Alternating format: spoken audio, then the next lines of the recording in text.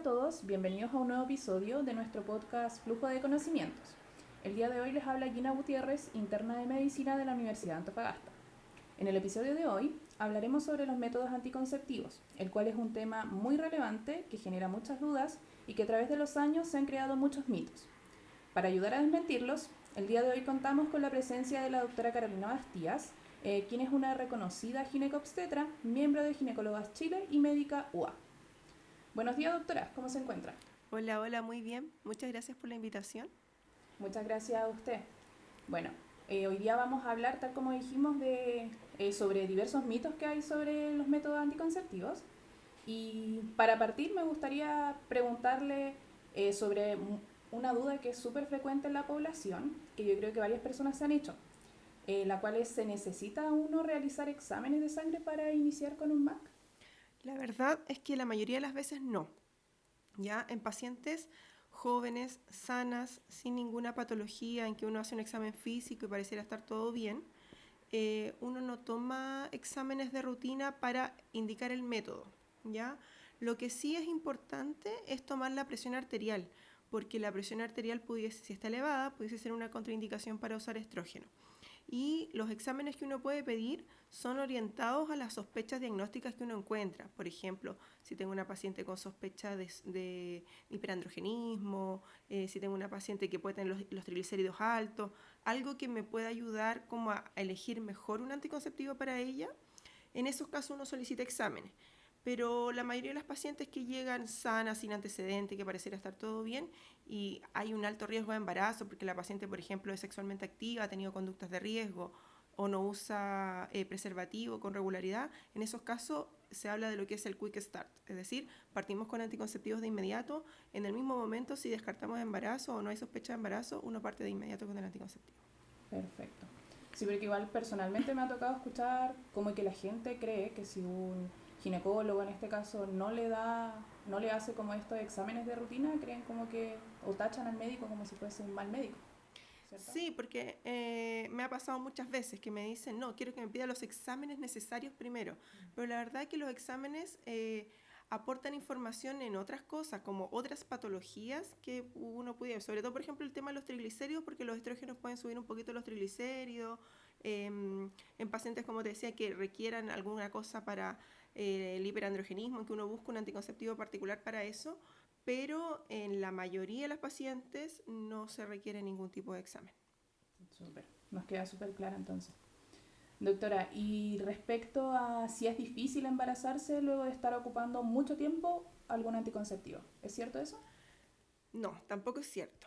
Mira, pasa que los anticonceptivos empezaron a aparecer allá por los años 60, entonces han habido muchos anticonceptivos nuevos desde ese entonces hasta hoy, las dosis han cambiado, un montón de moléculas nuevas, entonces se genera mucha confusión y mucho mito al respecto y al final no hay ningún anticonceptivo que sea perfecto, porque si no todos usaríamos el mismo, ¿cierto? Pero la idea de cuando uno inicia anticonceptivo es buscar el que se adapte mejor a las necesidades individuales de cada paciente. Claro. Respecto al tema del embarazo, la verdad es que ahí tiene que ver con, bueno, todos los métodos anticonceptivos hormonales que uno utiliza se llaman de reversión rápida, o sea, es decir, uno lo suspende y rápidamente el organismo empieza a producir sus propias hormonas y la fertilidad vuelve inmediato. De hecho, por eso uno, si se olvida de más de una pastilla, el riesgo de embarazo existe, porque la vida media de los anticonceptivos es corta.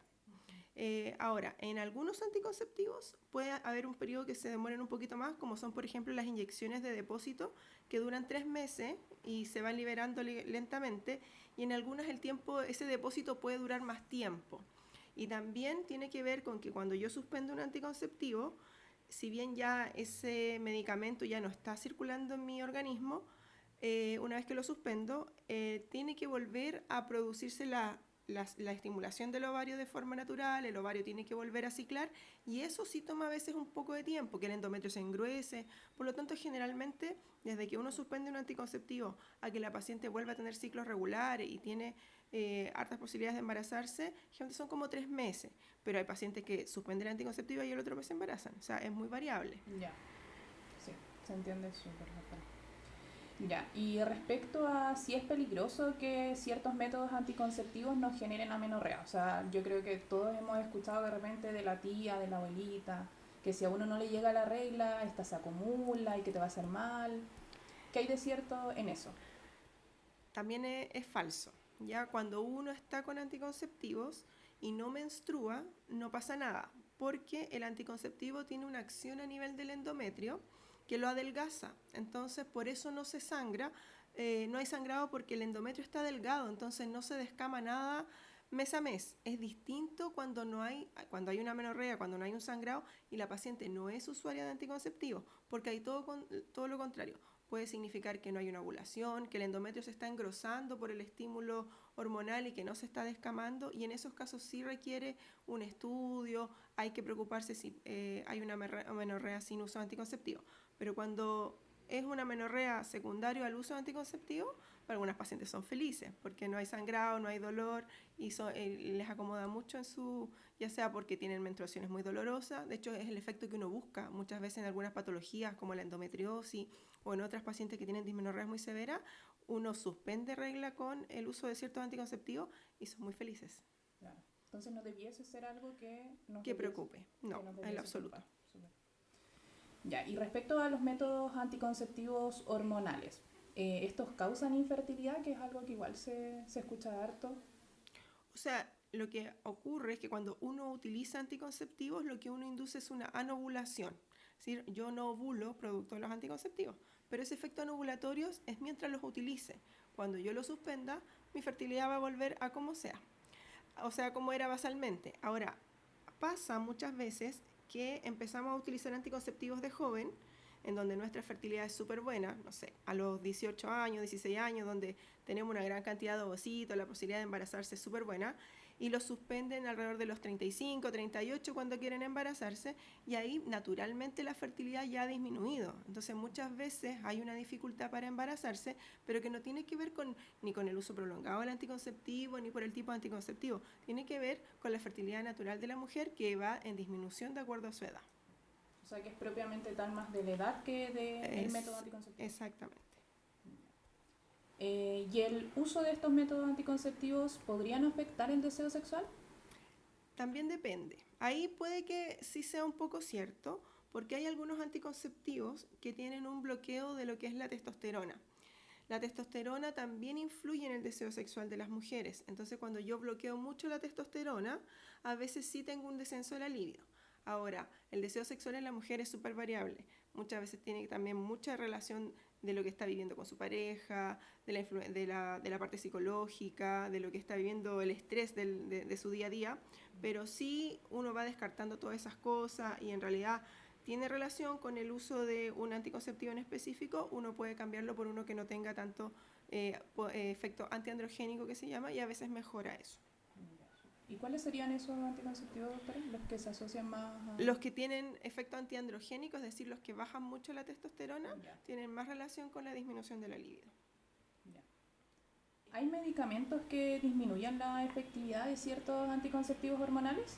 Sí, varios. De hecho, eso es muy importante cuando las pacientes inician alguna terapia nueva, que pregunten si esa terapia puede influir en su anticonceptivo, sobre todo los anticonceptivos orales. Los anticonceptivos por otras vías muchas veces no tienen tanta interacción, pero los orales son los que más interactúan con otros medicamentos, ya sea que el anticonceptivo disminuya la acción de otros fármacos o que el otro fármaco disminuye la acción del anticonceptivo. Y eso es porque a nivel del hígado, en algunos citocromos, ¿cierto?, compiten y eso hace que se inhiban la acción de los anticonceptivos. Lo más frecuente es el uso de algunos antiepilépticos, el uso de modafinilo, que se usa mucho en los estudiantes de medicina, sí, para mantenerse despiertos, tiene interacción. El topiramato, que se usa para las migrañas, para las cefaleas. Algunos antifúngicos como la grisofulvina.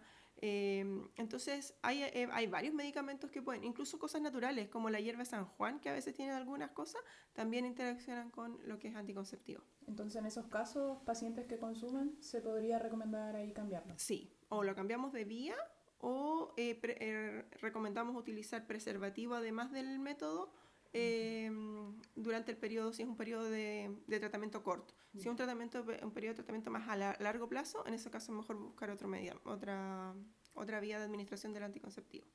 Súper. Doctora, ¿los métodos anticonceptivos podrían afectar la lactancia? La verdad es que no debiesen, pero sí se recomienda, sobre todo en el puerperio inmediato, no utilizar estrógenos. Pero eso no tiene que ver con la lactancia en sí, sino que es por los riesgos de trombosis que puede tener el puerperio. Como el periodo de puerperio aumenta el riesgo de trombosis y el estrógeno también aumenta el riesgo de trombosis, uno los evita. Por lo menos los primeros 6 semanas está contraindicado el uso de estrógeno, de todos los que son los anticonceptivos combinados que se llaman. Sí se pueden usar con progestina y más adelante iniciar los anticonceptivos combinados si es que lo que la paciente requiere, pero generalmente lo que se utiliza más durante el periodo de lactancia son los de progestágeno solo y eso no tiene ninguna interacción con el tema de la lactancia. Súper. Y respecto a eso mismo, ¿son los métodos estos de solo progestágeno menos efectivos que los combinados? Ahí es falso y cierto a la vez. Depende del método. En los implantes que son de progestina, los dispositivos intrauterinos tienen una efectividad mayor porque disminuyen el riesgo de olvido y tienen dosis continuas que los hacen mucho más seguros. De hecho, el implante subdérmico es uno de los métodos más seguros que hay, más que incluso la esterilización quirúrgica. Pero las pastillas, las píldoras de progestina sola, su vida media es más cortita. Por lo tanto, sí tienen más riesgo de falla si la paciente no es muy rígida con los horarios. En las pastillas de progestina sola hay que ser muy ordenada para tomarlas porque si hay mucha variación del horario tienen más riesgo de falla. Ya, sí, se entiende súper bien, doctora. Y ya ahora concretamente respecto a las pastillas. ¿Es verdad que se debe tomar un descanso después de usarla un tiempo prolongado? Esto está como igual relacionado a lo que hablamos arriba. Eso es muy falso y es lo peor que pueden hacer. Estar haciendo pausas sin sentido, digamos. Por ejemplo, ya estoy en pareja, entonces estoy tomando pastillas y después descanso un mes porque terminé con mi pololo, después volvimos.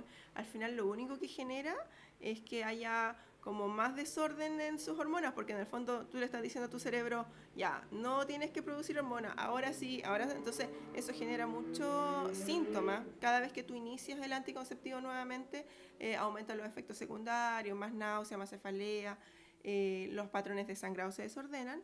Y lo otro es que cada vez que uno hace una pausa e inicia, aumenta tu riesgo tromboembólico por cada reinicio anticonceptivo que haces.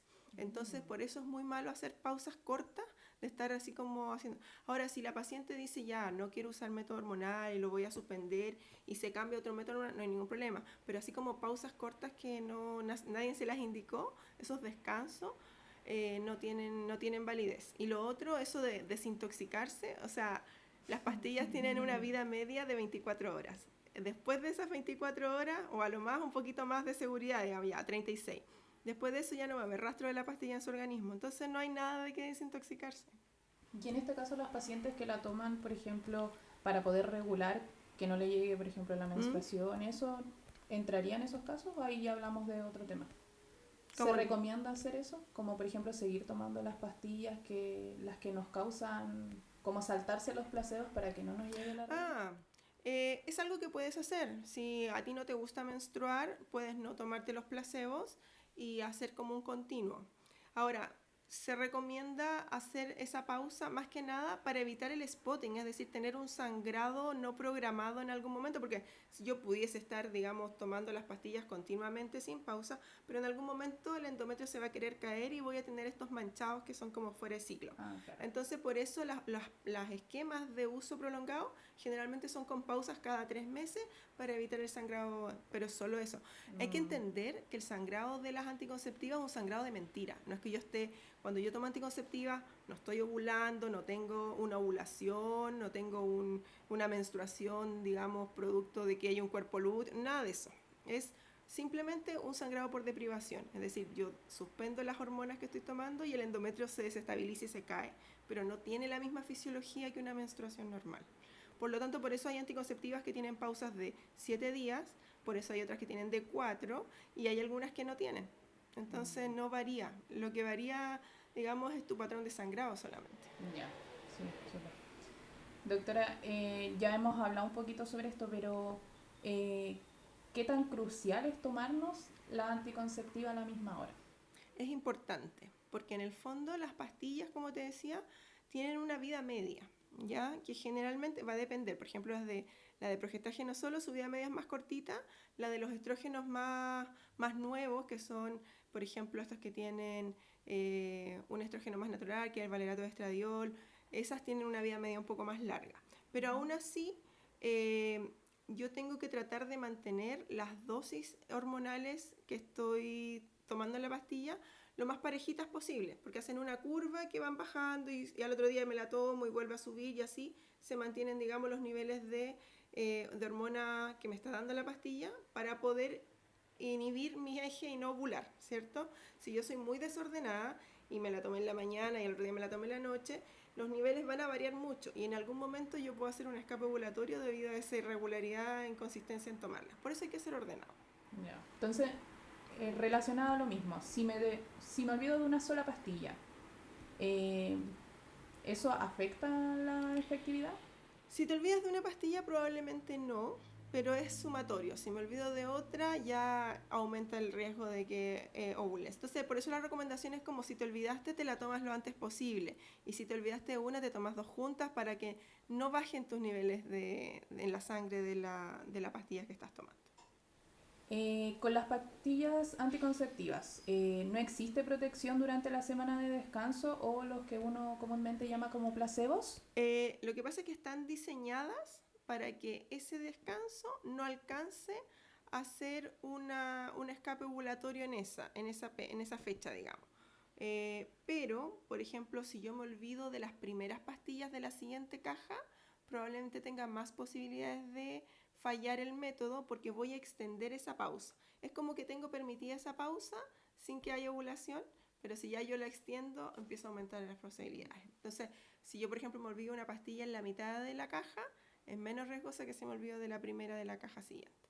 ¿Ya? Pero Entonces, sin que existan esos pero, olvidos, hay claro, protección pero durante sí, ese claro, periodo. sin esos olvidos, si uno se toma las cajas como corresponde, con las 7 o con las 4, no alcanza, o sea, está programado para que funcionen así. Ya.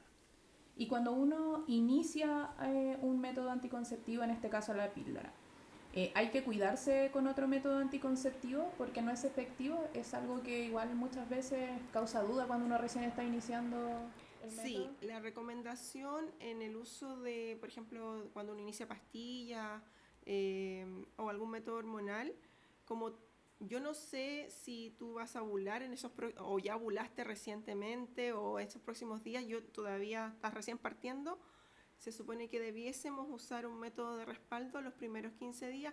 La recomendación por lo general es el mes como para asegurarse, pero con 7 a 15 días de respaldo con preservativo es necesario porque ya la mayoría de los anticonceptivos ya tienen inhibido el eje a los 7 días. Súper.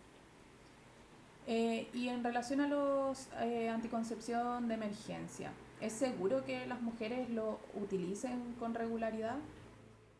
O sea, se llaman anticoncepción de emergencia porque no están diseñados para que se utilice como un método regular, de forma regular, ¿ya? Esto es porque la forma en que actúa la anticoncepción de emergencia es retrasando la ovulación. Entonces, por ejemplo, si yo iba a ovular hoy y me la tomé, ya no voy a ovular hoy día, voy a ovular en unos días más.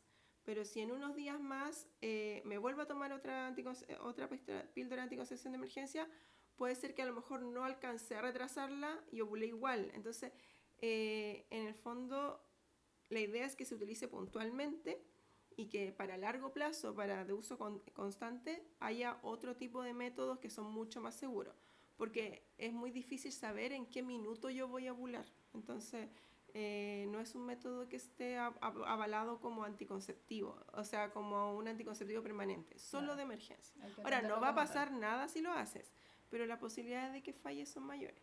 Entonces hay que entenderlo Como como tal, un uso sí, de emergencia. exacto. Y respecto a la pastilla del día después, ¿es cierto o es falso que es abortiva? Es falso, su única función es retrasar la ovulación. Entonces, ¿qué hace la pastilla el día después? Si yo estaba cercana a ovular, y he tenido actividad sexual reciente, los espermatozoides pueden vivir hasta 72 horas ahí en la vagina, ¿cierto? Entonces, si yo retraso la ovulación, impido que esos espermatozoides se puedan encontrar con el óvulo que se fecundó.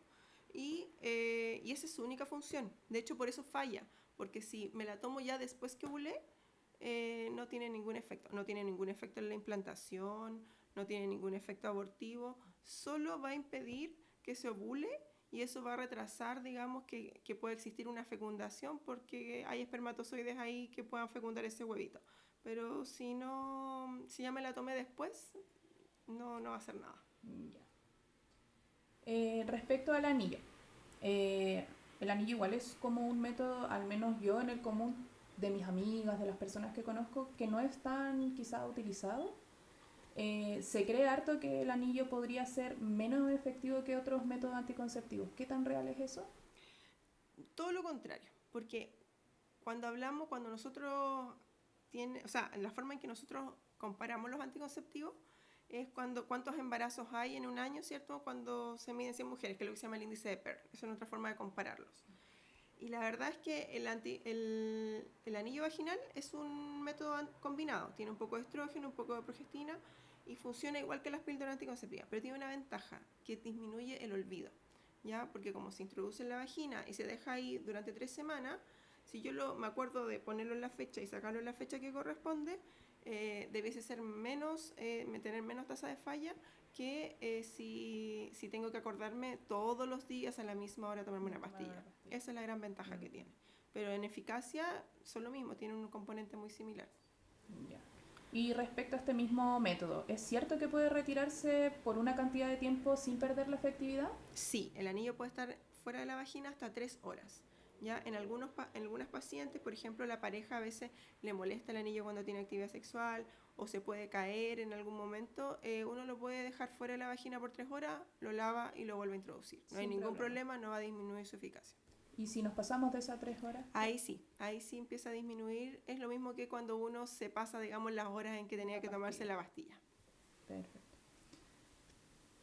Ya, respecto al parche, ¿el parche puede caerse fácilmente y perder su efectividad? Fácilmente es difícil que se caiga. Ahora, en pacientes, por ejemplo, que son muy deportistas, que sudan mucho, que tienen mucho roce en las zonas del parche, sí se puede despegar.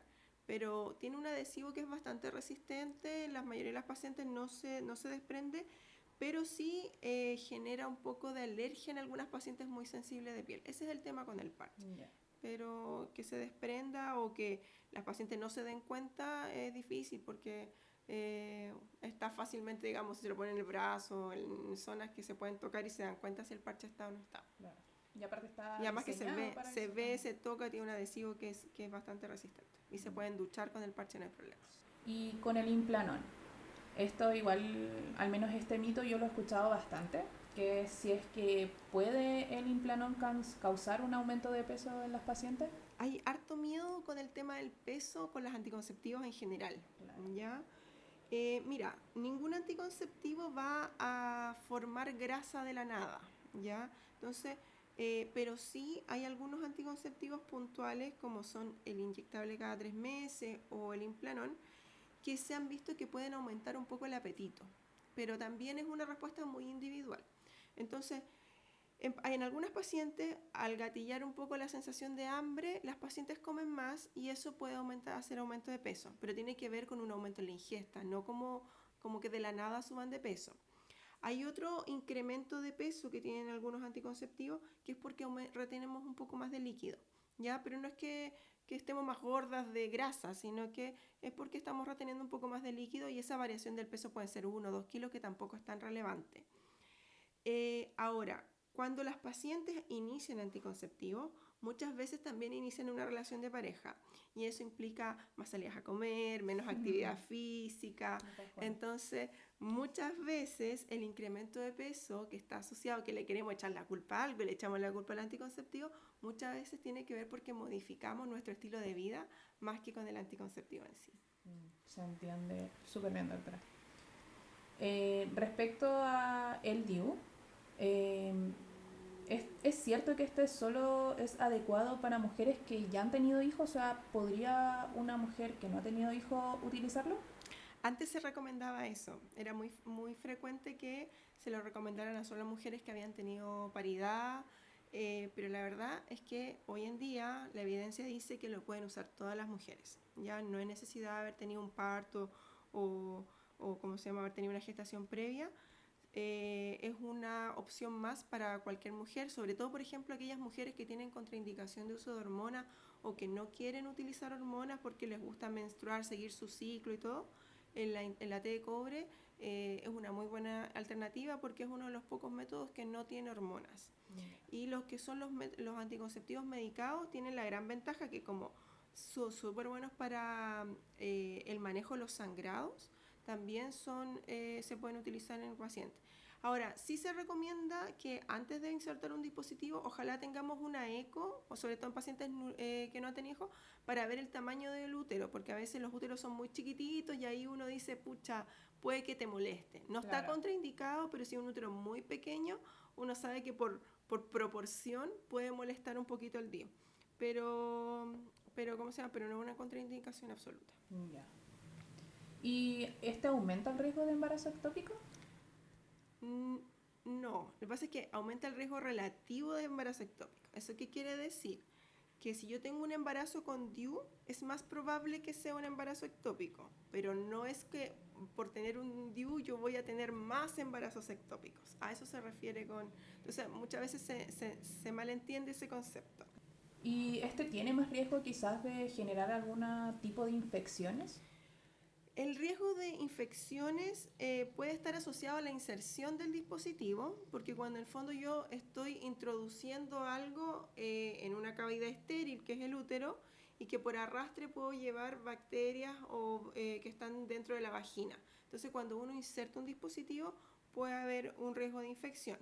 Pero ahí es súper importante la clínica, o sea, yo no le voy a insertar un dispositivo en una paciente que tenga un flujo patológico, que yo pueda sospechar que tenga una infección, porque obviamente puedo arrastrar bacterias. Ahora, el hecho de tener el dispositivo en sí ya después de la inserción no aumenta el riesgo de infecciones. Y lo otro es que se retire en el tiempo que debe retirarse.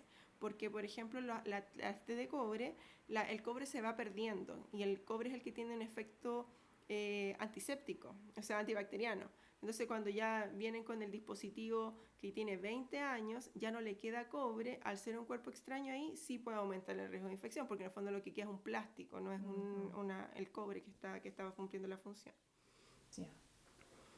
Doctora, ¿y puede este mismo dispositivo causar molestias al momento de tener relaciones sexuales? Como se entiende que está dentro del útero, ¿podría molestarle? Si el dispositivo está en la ubicación correcta dentro del útero, la paciente no debiese sentirlo, ¿ya?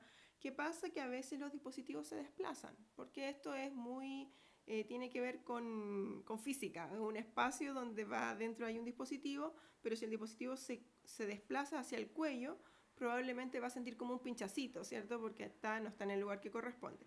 Ahora, lo que sí muchas veces pasa es que los hilos pueden molestarle a la pareja, ¿ya? Durante la Porque relación durante sexual. la adicción sexual, porque los hilos quedan hacia la vagina, entonces a veces cuando los hilos son muy largos o quedan así como muy puntuditos, pueden molestar al pene de la pareja, lo pueden molestar, o lo pueden Eso sentir. Pero hay uno lo que puede puede hacer es corregirlo. corregirlo, cortar un poco más el hilo, hacer el corte más romo, etc. Súper. ¿Y el DIU tiene mayor riesgo de incrustarse, de moverse? Esto mismo que muchas veces Eh, se cree. O sea, yo he escuchado como a mis tías decir, no, esa cosa no se la pongan, se incrusta. Como todo es súper individual. ¿Existe un riesgo? Sí, o sea, se puede expulsar, hay un riesgo de expulsión, de que lo boten, sí. Hay riesgo de que se pueda mover también. Pero la verdad es que eh, son riesgos bajos. Ya el riesgo de expulsión, si uno, por ejemplo, si yo lo pongo en un posparto inmediato donde el cuello está dilatado, obviamente voy a tener más riesgo de expulsión. Pero la mayoría de las veces, lo que pasa es que uno siempre se entera de lo malo, digamos. Pero la mayoría de las veces anda bien. Pero sí, de que existe riesgo que se pueda mover o se pueda caer, sí existe. O que se pueda desplazar también. No es tan común. Pero no es algo así como de que uno va a dejar de utilizarlo por ese riesgo. Uno tiene que explicar siempre que existe esa posibilidad y por eso te digo que igual es útil, por ejemplo, hacer una eco previa, porque si la paciente tiene una malformación uterina, por ejemplo, tiene un útero septado, no le voy a poner un dispositivo porque sé que probablemente no va a quedar bien puesto. O si tiene un mioma y que le está deformando la cavidad, esas pacientes sí tienen más posibilidad de que el DIU se desplace o quede mal puesto. Pero en pacientes, digamos, que tienen un útero de tamaño promedio, no debiese ser ningún impedimento. Hay también el mito de que tienen que llegar a ponerlo cuando están sangrando. La verdad es que casi todas las indicaciones de iniciar anticonceptivos con menstruación es solo para descartar embarazo. ¿Ya? O sea, Ya. yo a la paciente le digo, inicia con tu primer día de regla las pastillas, o ponte la inyección cuando te llegue la regla, o ponemos el DIU cuando te llegue la regla, pero eso es porque yo quiero asegurarme de que no está embarazada. Pero si la paciente viene en otro momento y tiene un test de embarazo negativo o no está con actividad sexual y yo sé que no está embarazada, no hay Se puede ningún iniciar. problema de que yo pueda poner Ok. un dispositivo en cualquier momento. Perfecto. Bueno, la última pregunta que teníamos para usted es si son los preservativos los únicos métodos anticonceptivos que protegen contra las ITS. Sí, o sea, necesitamos métodos, esto es una cosa bien física, un método de barrera. Si yo tengo contacto de mucosa con mucosa, que hay una infección de por medio, puede contagiarse. Por lo tanto, los preservativos femeninos y los preservativos masculinos son nuestras únicas herramientas para prevenir enfermedades de transmisión sexual. Los preservativos femeninos son una herramienta súper práctica porque le permite a la mujer decidir si utilizarlo, porque a veces los hombres no quieren usar el preservativo, pero lamentablemente son hoy en día no tan de fácil acceso, no los venden en todas partes, pero de a poquito se han ido como introduciendo en el mercado. Súper. Bueno, doctora, no sé si tiene alguna acotación más que darnos respecto a este tema. Si Eh, quisiera mandar quizás algún mensaje a quienes nos escuchan respecto a todos estos mitos y verdades que hablamos el día de hoy. yo creo que hay mucha información que no es real, que muchas veces circula por redes sociales, hay muchos miedos y como te decía, han habido tantos métodos en el último tiempo que la información también no siempre es tan clara y no es un Sí, tema tan fácil, incluso para los profesionales de la salud, porque requiere manejar muchas cosas, tanto bioquímicas, de clínicas, como hartos detalles para poder indicar un método anticonceptivo, claro. pero creo que frente a un embarazo no deseado que puede cambiar harto la vida de las mujeres, entonces los anticonceptivos son una súper buena opción que tenemos hoy en día para prevenir embarazo y que obviamente con una buena consejería la mayoría de las pacientes tiene una buena experiencia.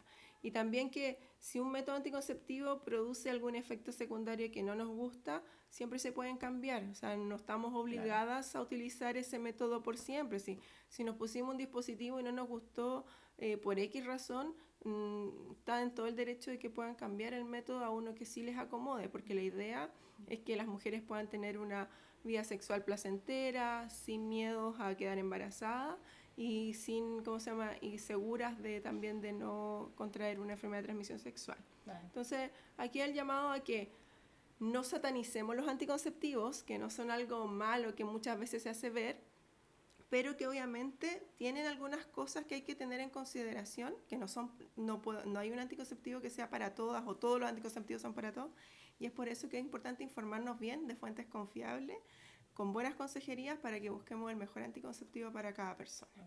Que cambia también de mujer a mujer, quizás no era el O mejor para sea, mí, pero puede ser el mejor sí, para otra pues, mujer. cambia de mujer a mujer, cambia de la misma mujer de acuerdo a su etapa de vida. O sea, cuando son adolescentes no es lo mismo que están en posparto o cuando están en perimenopausia y uno tiene que ir adaptando, digamos, Las a las necesidades. necesidades de cada una y en su momento de la vida que está viviendo. Perfecto. Bueno, doctora, le damos las gracias por acompañarnos el día de hoy, por derribar también todos estos mitos y hablar sobre este tema que es súper relevante e importante para todos los profesionales de la salud y también para todo el público general que nos está escuchando. Muchas gracias por su presencia. Gracias a ustedes.